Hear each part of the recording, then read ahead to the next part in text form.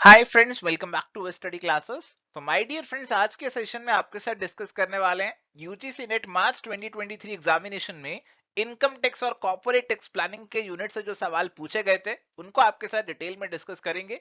दोनों शिफ्ट के सवाल आपके साथ डिस्कस करेंगे और जानेंगे कि कैसे सवाल थे और कैसे आसानी से आप उनको आंसर कर सकते थे। तो आइए फटाफट से अपने इस सेशन को यहाँ पे स्टार्ट करते हैं। चलिए, तो यहाँ पे हमारे पास सवाल है, section 80 GGC of the income tax act is related with which one of the following. आपको ऑप्शंस दिए हैं कि रिडक्शन आप दे रहे हैं, कंट्रीब्यूशन कर रहे हैं, company to political parties, any person to political parties, reduction in respect of rent paid या फिर डोनेशन फॉर साइंटिफिक रिसर्च। तो यहाँ पे आपको जो कंफ्यूजन होगा आई थिंक ऑप्शन नंबर 1 और 2 में होगा। तो आपको ध्यान रखना जरूरी है कि अगर कंपनी डोनेशन दे रही है तो उसकी रिडक्शन मिलती है यहाँ पे हमें। पॉलिटिकल पार्टीज को जो कंपनी यहाँ पे अमाउंट कंट्रीब्यूट कर रही है उसकी रिडक्शन 80 जीजीबी में मिलती है। और कंपनी के अलावा और कोई पर्सन अगर कंट्रीब्यूशन दे रहा है तो that is available under section 80 GGC. और इसीलिए करेक्ट आंसर यहाँ पे प्यारे दोस्तों ऑप्शन नंबर 2 का बनेगा। बहुत ही सीधा फैक्चुअल सवाल था, सेक्शन याद है तो इस सवाल में कोई दिक्कत नहीं आनी चाहिए। एंड माय डियर फ्रेंड्स, ये बहुत ही सीधा सवाल था, आपके नोट्स में भी डायरेक्टली कवर्ड था कि 80 जीजीबी और 80 जीजीसी के अंदर जो आप कंट्रीब्यूशन कर रहे हैं पॉलिटिकल पार्टीज को उसकी रिडक्शन मिल जाती है। 80 जीजीबी में इंडियन कंपनी है और 80 जीजीसी में एनी अदर पर्सन है। तो ये चीज आपको यहाँ पे ध्यान थी तो आपके लिए ये सवाल बहुत आसान हो जाता। चलिए, अगला सवाल हमारे पास है, विच one of the following is not correct for tonnage tax system.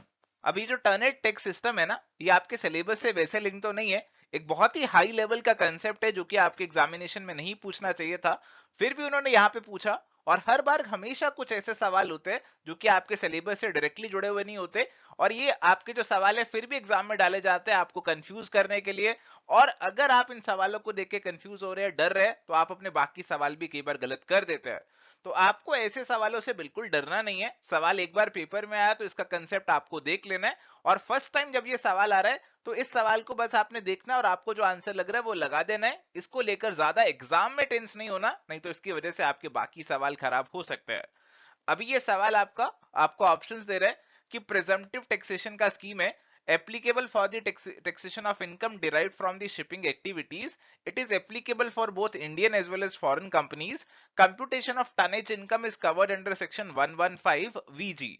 अब देखो यहाँ पे ना एक प्रिजम्पटिव टैक्सेशन का ही स्कीम है और शिपिंग से जुड़ा हुआ ये स्कीम है। तो आपके टन के बेसिस पे आपकी इनकम यहाँ पे हम कंप्यूट कर लेते हैं और कंप्यूटेशन यहाँ पे सेक्शन 115 वीजी में बता रखी है। और ये वाली जो स्कीम है केवल इंडियन कंपनीज के लिए ही अवेलेबल है, फॉरेन कंपनीज के लिए नहीं है। तो ऑप्शन नंबर 3 आपका करेक्ट आंसर बनेगा।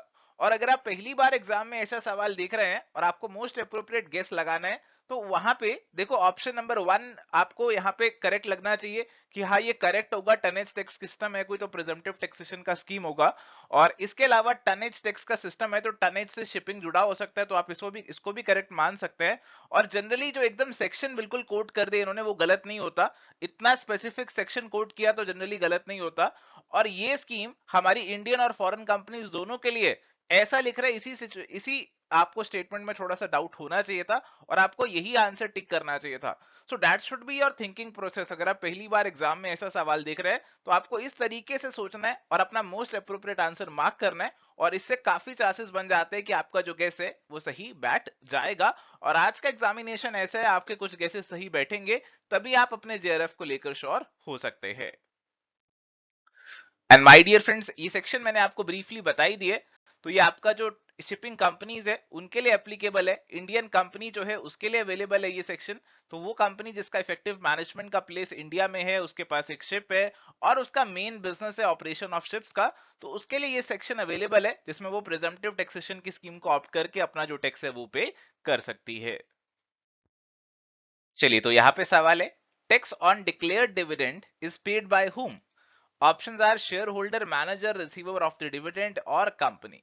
अब ये चीज मेरे को थोड़ा सा बुरा लगा कि इस बार जो एग्जाम में सवाल आए इनकम टैक्स के उसमें लेटेस्ट प्रोविजंस को फॉलो नहीं किया गया, उसमें पुराने प्रोविजंस को फॉलो किया गया।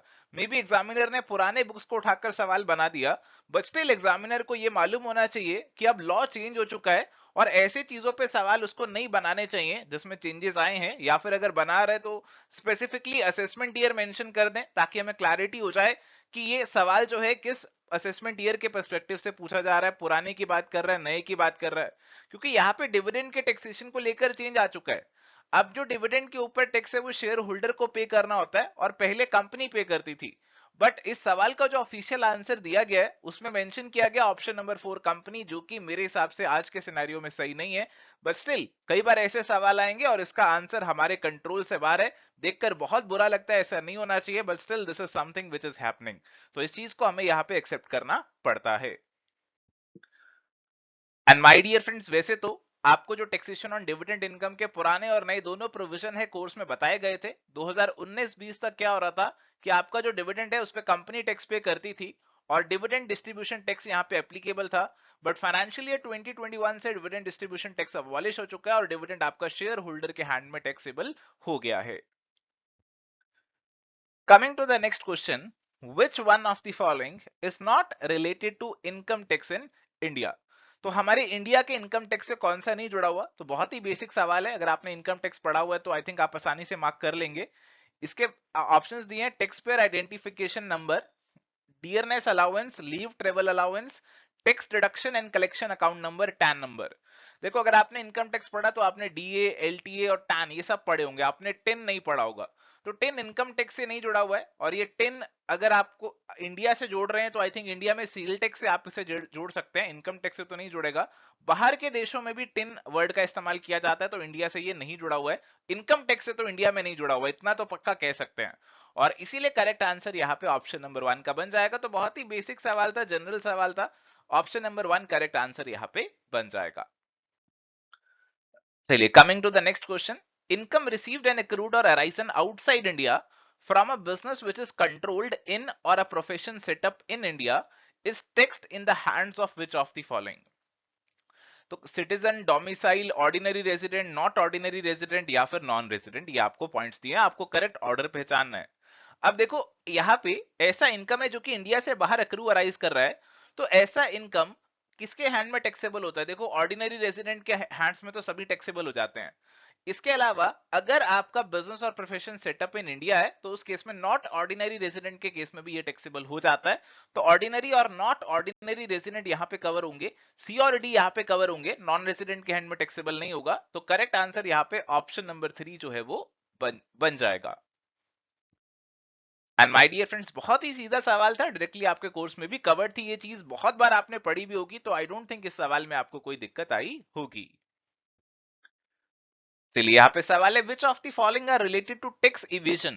देखो अगर आपको बेसिक क्लियर है ना कि टैक्स इवेजन क्या होता है, टैक्स इवेजन होता है टैक्स की चोरी करना, अगर आपको ये चीज मालूम है, द बेसिक इज क्लियर, तो इस सवाल में दिक्कत नहीं आएगी। Claiming bogus expenses and losses, तो आप बोगस खर्चे डाल रहे हैं ताकि आपकी इनकम कम हो जाए, आप टैक्स कम पे करें, you are evading taxes. Hiding capital nature of the profits, तो आप अपने प्रॉफिट्स को हाइड कर रहे हैं, तो हाइड करना भी सीधा सीधा इवेजन हो जाएगी। शोइंग दी सेल ट्रांजेक्शन, आपकी जो सेल्स हुए हैं, जो रेवेन्यू हुआ है, उसे आप शो कर रहे हैं, तो अच्छी बात है, इसमें कोई इवेजन वाला एलिमेंट नहीं है। शोइंग एक्सेस ट्रांजेक्शंस, आप ज्यादा ट्रांजेक्शन दिखा रहे हैं, जैसे आप ज्यादा एक्सपेंसेस दिखा रहे हैं, इतने एक्सपेंसेस आपके नहीं है, आप अपनी इनकम को कम करने के लिए ज्यादा एक्सपेंसेस दिखा रहे हैं, it also forms part of tax evasion. तो डी जो है यहाँ पे ये भी इसका पार्ट बन जाएगा।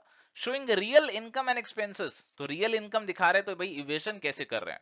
तो ए, बी और डी के अंदर ही इवेजन का एलिमेंट आएगा और इसीलिए करेक्ट आंसर यहाँ पे ऑप्शन नंबर 2 जो है वो बन जाएगा। एग्जामिनेशन में आई थिंक ए और बी तो आपको पता चल ही गए होंगे, डी साथ में आएगा या नहीं उसको लेकर थोड़ी सी कंफ्यूजन हुई होगी। और एग्जामिनेशन में अक्सर हम फंस जाते हैं जहां पे हमें दो ऑप्शंस के बीच में चूज करना रहता है, दो में जाकर फंस जाता है, और उसमें अगर आपने सही गेस ले लिया तो आपका आंसर सही है, जेआरएफ आपका है। अगर आपने गलत ले लिया तो फिर माय डियर फ्रेंड्स आपको अगला अटेम्प्ट भी देना पड़ सकता है। और इसीलिए मैं आपसे कहता हूं कि पहले बहुत सी प्रैक्टिस करके जाइए ताकि ऐसी सिचुएशंस में आप एक अच्छा डिसीजन ले पाएं और सही आंसर मार्क कर पाएं। Coming to the next question, which of the following conditions should be fulfilled by an SSE to avail deduction under section 91 of the Income Tax Act 1961? तो सेक्शन 91 हमारा तब एप्लीकेबल हो जाता है उस कंट्री के, अगर किसी कंट्री के साथ अगर हमारा कोई डबल टैक्सेशन का रिलीफ एग्रीमेंट नहीं है, तो उस केस में हमें अगर रिलीफ क्लेम करना है तो that we can do under section 91। अगर आपका एग्रीमेंट है तो आप दूसरे सेक्शन में आसानी से कर सकते हैं, बट अगर नहीं है तो फिर सेक्शन 91 के अंदर हमारे पास प्रोविजन बना रखे, यूनिलेटरल रिलीफ के प्रोविजन आपको यहाँ पे अवेलेबल है। देखो यहाँ पे हमें जो कंडीशंस दी गई, assessee is a tax resident in India during the relevant previous year, तो ये बिल्कुल सही है। इनकम अक्रूज और arises to him her outside India, तो आपको बाहर से इनकम हो रही है, ये बिल्कुल सही है। There is an agreement for relief for double taxation between the Indian and the other country where the income has accrued और अराइजन, तो सीधी सीधी गलत हो जाती है। अगर हमारा एग्रीमेंट होता तो फिर यहाँ पे हमारे पास कोई ऐसा सवाल ही नहीं खड़ा होता कि हमें सेक्शन 91 यूनिलेटरल रिलीफ की रिक्वायरमेंट पड़ेगी। तो एग्रीमेंट नहीं होता तभी सेक्शन 91 पिक्चर में आता है, तो आप इसे तो सीधा सीधा काट दीजिए। assessee has paid tax on his or foreign income in the foreign country, तो हाँ आपने फॉरेन कंट्री में टैक्स पे कर दिया, इंडिया में आप रिलीफ चाह रहे हैं। India does not have any agreement for relief और double taxation with the country, तो ये भी बिल्कुल सही हो जाएगा। तो ए बी डी और ई यहाँ पे इंक्लूड होंगे, करेक्ट आंसर ऑप्शन नंबर 3 का यहाँ पे बन जाएगा। And my dear friends, section 91 आपका यूनिलेटरल एग्रीमेंट से डील करता है, और यहाँ पे हमने आपके साथ जो कंडीशंस थी कोर्स में भी डिस्कस की हुई थी, और लिखा हुआ था कि कोई एग्रीमेंट नहीं होना चाहिए सेक्शन 91 का रिलीफ क्लेम करने के लिए, और अगर आपने इसे अच्छे से पढ़ा हुआ था तो आपको एग्जाम में कोई दिक्कत नहीं आनी चाहिए थी। चलिए यहाँ पे आपका सवाल है इनकम टैक्स रिटर्न से जुड़ा हुआ, ये सवाल अक्सर एग्जामिनेशन में पूछ लिया जाता है। इनकम टैक्स रिटर्न के जो फॉर्म है आपको याद करके जाने चाहिए एग्जामिनेशन से पहले, क्योंकि यहाँ पे ऑलमोस्ट सर्टेन है कि कोई ना कोई सवाल तो आएगा ही आएगा। अब यहाँ पे सबसे पहले आ रहा है ITR2, तो ITR2 यहाँ पे किन के लिए होता है? ITR2 उनके लिए होता है, उन इंडिविजुअल HUF के लिए होता है जिनके बिजनेस और प्रोफेशन इनकम नहीं है। बिजनेस और प्रोफेशन अगर है तो फिर आप ITR3 में आ जाते हैं। ITR6 किन के लिए होता है? देखो ITR6 हमारा जो होता है ना, वो यहाँ पे कंपनीज के लिए होता है। तो कंपनी हमारे पास आ रही है पॉइंट नंबर 1 में, तो कंपनी के लिए अदर देन चैरिटेबल कंपनी के लिए ये हमारा एप्लीकेबल होता है, नॉर्मल कंपनी के लिए एप्लीकेबल हो जाता है। ITR7 जो हमारे ऐसे पर्सन हैं जो कि रिटर्न फाइल कर रहे हैं, 139 4A 4B 4C 4D charitable वगैरह इसके अंदर कवर हो जाते हैं। इसके बाद है ITR4 सुगम, अगर आप प्रिजम्पटिव टैक्सेशन स्कीम को फॉलो कर रहे हैं 44AD AE इनके अंदर, 44AD A के अंदर, तो फिर आप ITR4 सुगम का इस्तेमाल करते हैं। तो आपकी जो करेक्ट मैचिंग बनने वाली है that is going to be option number 2। तो बहुत ही सीधा, बहुत ही आसान है अगर आपको ITR फॉर्म्स पता है। एंड माय डियर फ्रेंड, सारे ITR फॉर्म्स आपके साथ कोर्स में डिस्कस किए हुए थे। मैं तो कहूंगा ये सवाल बहुत ही आसान था, इससे पहले बहुत डीप में सवाल आ चुके हैं ITR फॉर्म्स पे, कंपैरेटिवली ये सवाल काफी इजी था और ये आपको पक्का आना चाहिए था। चलिए तो यहाँ पे हमारे पास सवाल है, computation of the income from house property for the lettered house, the following items are deducted, arrange them in a proper sequence। तो आपको बताने चाहिए कौन सी आइटम्स पहले डिडक्ट होती है और कौन सी आइटम्स यहाँ पे पहले डिडक्ट बाद में डिडक्ट होती हैं। और यहाँ पे आपको local taxes, municipal taxes, standard deduction, unrealise rent, interest on loan, और ये पुराना लोन है, पुराने इंटरेस्ट है लोन का जो कि आपने पहले लिया हुआ है, और इसके बाद में आपको 5 इक्वल इंस्टॉलमेंट में डिडक्शन मिल जाती है। और इसके बाद है इंटरेस्ट ऑन लोन जो कि आपने purchase, construction, repair of the house के लिए लिया हुआ है। तो आपको किस ऑर्डर में ये सब डिडक्शंस मिलने वाली है, आपको करेक्ट ऑर्डर बताना है, पहले कौन सी मिलेगी बाद में कौन सी मिलेगी। देखो सबसे पहले तो हमें क्या निकालना है, सबसे पहले हमें निकालना है GAV, और GAV निकालने के लिए क्या इनमें से कोई रिडक्शन को आप कंसीडर करते हैं? देखो इनमें से केवल अनरियलाइज्ड रेंट कंसीडर हो सकता है GAV निकालने के लिए, तो आप सबसे पहले इसको ले लीजिए, अनरियलाइज्ड रेंट को ले लीजिए। इसके बाद आपका local taxes, municipal taxes less होता है तो आप NAV पे आ जाते हैं, और NAV से आप लेस करते हैं आपकी स्टैंडर्ड डिडक्शन को, और फिर आपके जो इंटरेस्ट ऑन लोन है उनको। और अगर आप इस सीक्वेंस को देखने की कोशिश करेंगे तो आपकी जो करेक्ट मैचिंग बनने वाली है that is going to be option number 2। तो ऑप्शन नंबर 2 यहाँ पे करेक्ट आंसर बनेगा। हालांकि ऑप्शन 2 और 3 काफी क्लोज दिए गए, बट ऑफिशियल आंसर हमें ऑप्शन नंबर 2 दिया गया है, और हमें यहाँ पे इसी के साथ ही यहाँ पे जाना होगा और इसी के अकॉर्डिंग अपने कंसेप्ट को भी लिंक करना होगा। एंड माय डियर फ्रेंड्स, आपको कोर्स में भी करवाया गया था कि आपका जो GAV है उसी में से आप अनरियलाइज्ड रेंट को नेट कर लेते हैं, और इसके अलावा आपकी जो बाकी चीजें हैं वो फिर बाद में आपकी लेस हो जाती है, तो आपकी करेक्ट मैचिंग आसानी से बन जाती है अगर आपको ये बेसिक्स की क्लैरिटी थी। चलिए सवाल है, provisions of Vivad se Vishwas act 2020 does not apply in respect of tax arrears relating to which one of the following? Any assessment year in respect of which prosecution has been initiated on or before the date of filing of declaration. Any income from agriculture land in India. Section 10(3) dealing with tax deduction. Assessment under section 80 GI of the act. तो my dear friends, यहाँ पे विवाद se Vishwas act पे almost हर बार सवाल पूछ रहे हैं और अब आपको इसे अच्छे से देख लेना चाहिए, क्योंकि एग्जामिनेशन में इस पे सवाल ऑलमोस्ट पूछी जा रहे हैं, हर बार पूछी जा रहे हैं। और ये जो विवाद से विश्वास स्कीम होती है, इसके अंदर आपको यहाँ पे ये ऑल्टरनेटिव दिया जाता है कि टैक्स डिस्प्यूट में जाने की बजाय आप आसानी से अपने जो डिस्प्यूट्स है उनको सेटल कर सकते हैं। अब देखो यहाँ पे ना, अगर आपके against prosecution proceeding already initiate हो चुकी है तो फिर इसका आप बेनिफिट नहीं उठा सकते हैं, तो तब ये आपके लिए स्कीम अवेलेबल नहीं है। तो ऑप्शन नंबर 1 के केस में यहाँ पे विवाद से विश्वास एक्ट नहीं लगेगा, बाकी केसेस में आप इस्तेमाल कर सकते हैं, और इसीलिए करेक्ट आंसर ऑप्शन नंबर 1 का यहाँ पे बनेगा। चलिए यहाँ पे हमारे पास सवाल है, under section 80 TTB of the income tax act which amount of benefit is available to senior citizen on account of interest income from deposits with bank or post office or cooperative banks।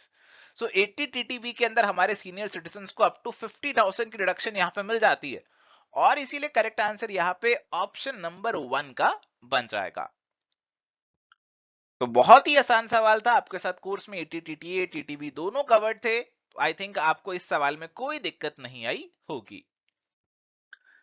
चलिए सवाल है, provisional input tax credit can be utilised against. ये सवाल वैसे तो GST का है, GST में डिस्कस होना रह गया तो अब यहाँ डिस्कस कर लेते हैं। देखो जीएसटी में हम इनपुट टैक्स क्रेडिट को क्लेम करते हैं, यानी कि जो हम परचेज करके आ रहे हैं उसका जो टैक्स है उसे हम अपने सेल के टैक्स के अगेंस्ट एडजस्ट कर लेते हैं। तो देखो हमारा जो सेल का टैक्स बनता है वो हम खुद से सेल्फ असेस करते हैं, और उसके बेसिस पे हमारा जो इनपुट टैक्स क्रेडिट है उसको लेस कर देते हैं और बैलेंस टैक्स गवर्नमेंट को डिपॉजिट करा देते हैं। तो प्रोविजनल इनपुट टैक्स क्रेडिट जो हम अपने खुद से क्लेम कर रहे हैं उसको हम अपनी सेल्फ असेस टैक्स लायबिलिटी से यहाँ पे सेटल कर सकते हैं। तो correct answer is going to be option number 2, fine differential income tax gains any tax liability. ये सवाल, ये ऑप्शन सही नहीं बैठ रहे। Self assessed tax liability is the most appropriate answer जो कि आपको चूज करना था। Coming to the next one, penalty for late filing of the income tax return for individuals under the Income Tax Act 1961 is up to a maximum amount of। अब देखो इस सवाल में भी इन्होंने पुराने प्रोविजन को फॉलो किया, जो कि बहुत गलत बात है। अगर पुराने प्रोविजन फॉलो कर रहे हो तो कहीं ना कहीं आपको असेसमेंट ईयर का जिक्र करना चाहिए। मैं तो मानता हूं इनकम टैक्स के सभी सवालों में असेसमेंट ईयर जरूर मेंशन करना चाहिए, ताकि स्टूडेंट के माइंड में कोई डाउट ना हो।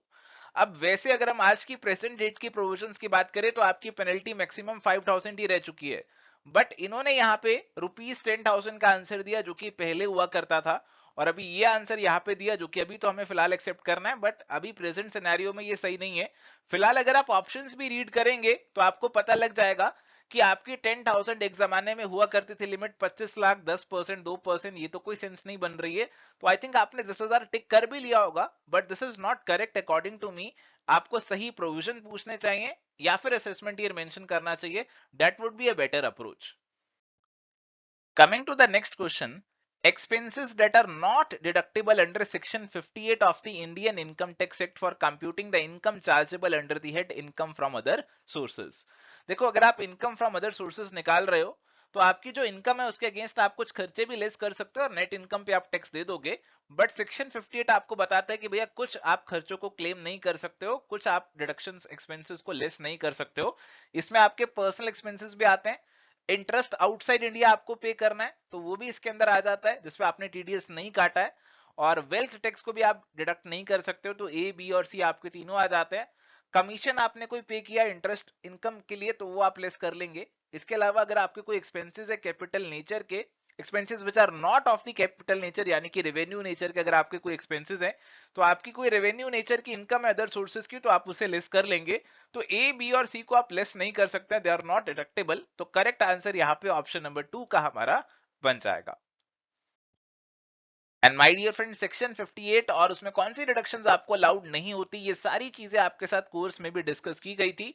तो आई डोंट थिंक आपको इस चीज पे कोई दिक्कत आनी चाहिए थी, आपका ये क्वेश्चन बिल्कुल सही एग्जामिनेशन में होना चाहिए था।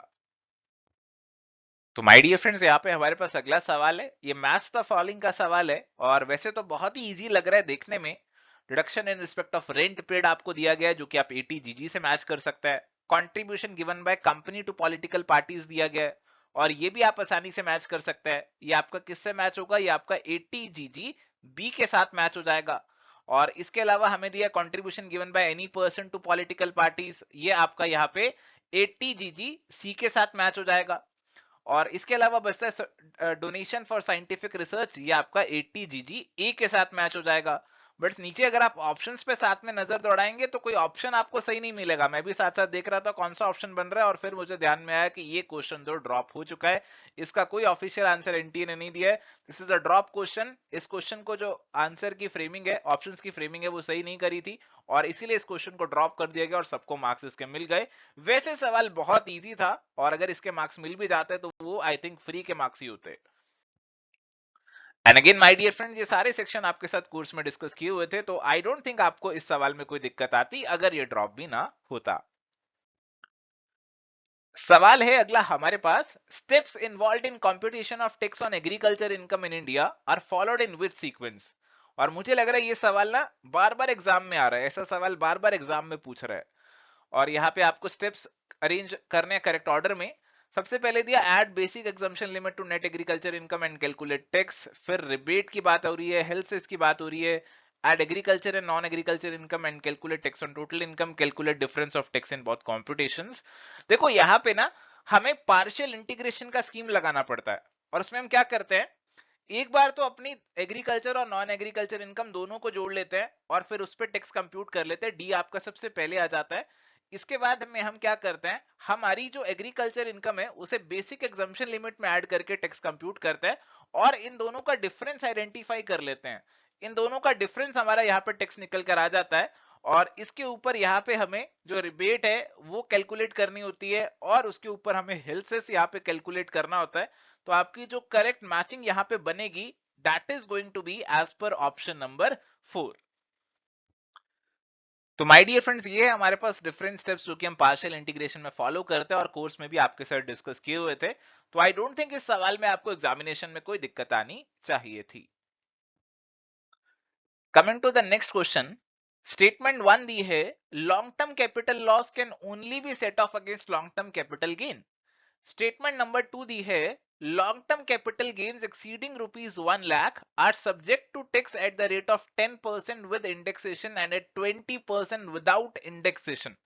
देखो, स्टेटमेंट नंबर 1 जो है ना वो आपकी बिल्कुल सही है, लॉन्ग टर्म कैपिटल लॉस को आप केवल लॉन्ग टर्म कैपिटल गेन से ही सेट ऑफ कर सकते हैं। बट सेकंड स्टेटमेंट आपकी सही नहीं है, क्योंकि यहाँ पे आपके जो लॉन्ग टर्म कैपिटल गेन है उनके टैक्स रेट अलग अलग रहते हैं। अगर आपका इक्विटी से जुड़ा हुआ है तो 1 लाख तक एग्जेम्प्ट है, उसके ऊपर टैक्स देना पड़ता है। अगर आपका प्रॉपर्टी का है तो किसी और तरीके से आप इंडेक्सेशन करते हैं, तो आपके अलग अलग रूल्स रहते हैं। तो ये जनरल स्टेटमेंट यहाँ पे गलत है, सही नहीं है, इसीलिए स्टेटमेंट नंबर 2 गलत हो जाएगी। स्टेटमेंट नंबर 1 हमारी सही है, और इसीलिए करेक्ट आंसर यहाँ पे ऑप्शन नंबर 3 का बन जाएगा। एंड माय डियर फ्रेंड्स, यहाँ पे आपके साथ कोर्स में भी डिस्कस किया गया था कि किस तरीके से लॉन्ग टर्म कैपिटल गेन का टैक्सेशन होता है, और लॉसेस की बात भी करी गई थी कि लॉन्ग टर्म कैपिटल लॉस को आप केवल लॉन्ग टर्म कैपिटल गेन से ही सेट ऑफ कर सकते हैं, और इसीलिए मुझे लगता है कि इस सवाल में आपको कोई खास दिक्कत नहीं आई होगी।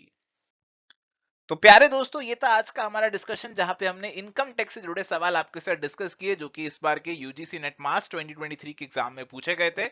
और मैं मानता हूं इस सवालों को देखकर आपको कॉन्फिडेंस मिला होगा कि हाँ, ये सवाल हम इजीली सॉल्व कर सकते हैं, और नेक्स्ट एग्जाम में आप अपने गोल को डेफिनेटली अकम्प्लिश कर लेंगे। तो मिलेंगे नेक्स्ट सेशन में। Till then, goodbye, take care, all the best.